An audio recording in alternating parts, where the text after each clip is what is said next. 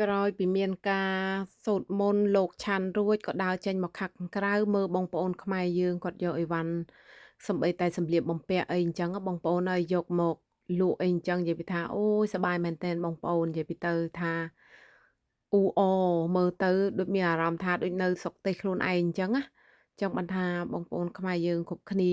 ម្នាក់ៗអូយសប្បាយមែនទែនជាពិសេសក្មួយនិស្សិតមករៀននៅ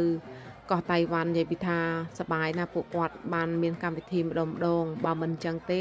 អត់មានកម្មវិធីអញ្ចឹងទេពួកគាត់មករៀនផងមកធ្វើការផងអាណិតពួកគាត់ណាបងប្អូនហើយក្មេងៗមករៀននៅ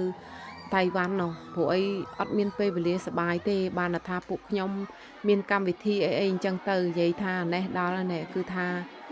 ដាក់ឲ្យចំមុខកាមេរ៉ានឹងតែម្ដងកុំឃើញអញ្ចឹងមិនណយទេប្រកែកលេងមិនធម្មតាខ្ញុំពីមុនណាវាអញ្ចឹងគឺថាអូសប្បាយប៉ុន្តែឥឡូវសូមចិត្តថាចុះចាញ់ហើយចាស់ហើយបងប្អូនហើយដល់តែឃើញក្មេងៗរាំសប្បាយអញ្ចឹងមានចូលចុះទេខ្ញុំដកថយហើយតែមើលឃើញក្មេងៗរាំនិយាយពីថាសប្បាយនោះសប្បាយហើយបើខ្ញុំវិញបើពីមុនអញ្ចឹងហើយអត់ឲ្យចាវទេណាបងប្អូនរាំលុះខ្សែគឺថាมันចេញតែម្ដងតែឥឡូវមានអារម្មណ៍ថាអត់ដូចមុនទេ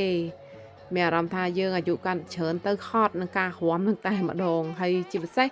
ដោយសារនឹកឃើញចង់ថតពីទិដ្ឋភាពផ្សេងហើយនឹងបងប្អូនខ្មែរយើងនៅកោះតៃវ៉ាន់ឲ្យបងប្អូនខ្មែរបានឃើញពី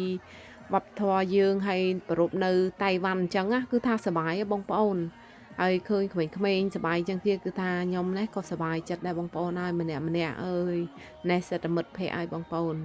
ថតដាក់ឲ្យចំកាមេរ៉ាតិចម្នាក់បានមកហើយសិតតែរវល់ជួនកាលទៅមកគ្នាមកតា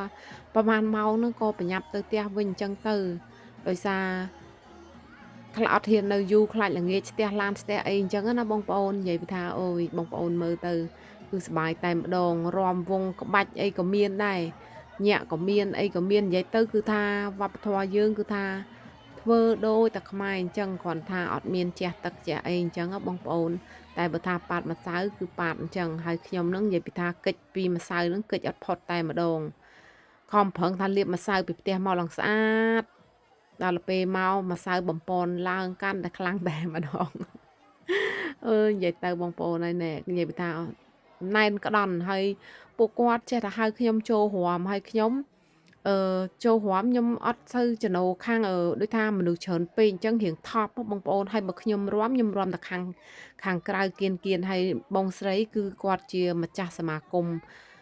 ខ្មែរកោះតៃវ៉ាន់ណាហើយនេះមិត្តភក្តិខ្ញុំម្នាក់ដែរពីមុនក៏គាត់ប្រារព្ធកម្មវិធីនឹងដែរអូយណេះដល់ហើយណេះបងប្រុសនេះគឺគាត់ជនជាតិតៃវ៉ាន់